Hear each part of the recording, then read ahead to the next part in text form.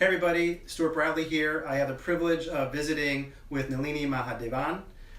She is the principal and owner of MLO Law LLC.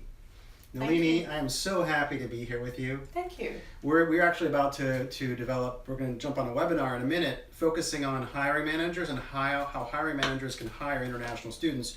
But before we start that, I thought it could be good we have this time together and let's just have a conversation about things relevant to things that Nalini works on, such as immigration, H-1B, and things and we overlap because I'm an international career coach. I focus on international students getting jobs, being successful once they come to a new location professionally.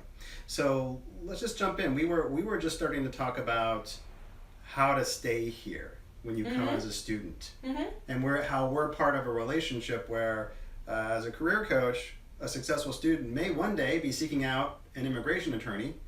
Because there is this step from graduation to early work experience on OPT, optional practical training, and then potentially moving to a H-1B visa and maybe beyond that to a green card and even to citizenship. Correct. So how do we make this work?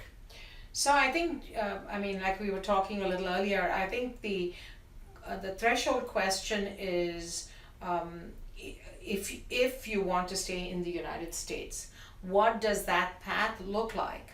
And then to start at the end and work backwards, because that will make it clearer for you what you need to do starting out. I see. So when you say talk about starting at the end and work backwards. Yeah. What I mean at the end is that if the end goal for you is to live and work in the United States, then you are talking about permanent residency in the United States. Okay. So there is definitely a path for everyone who enters the United States as a student towards permanent residency. If that is your goal, then what you need to do is work backwards from how do we go to permanent residency, what kind of visa leads to permanent residency, what kind of if I study, what will be in high demand, or how can I parlay my studying in the United States into a work visa. So those are the very basic things you need to think about.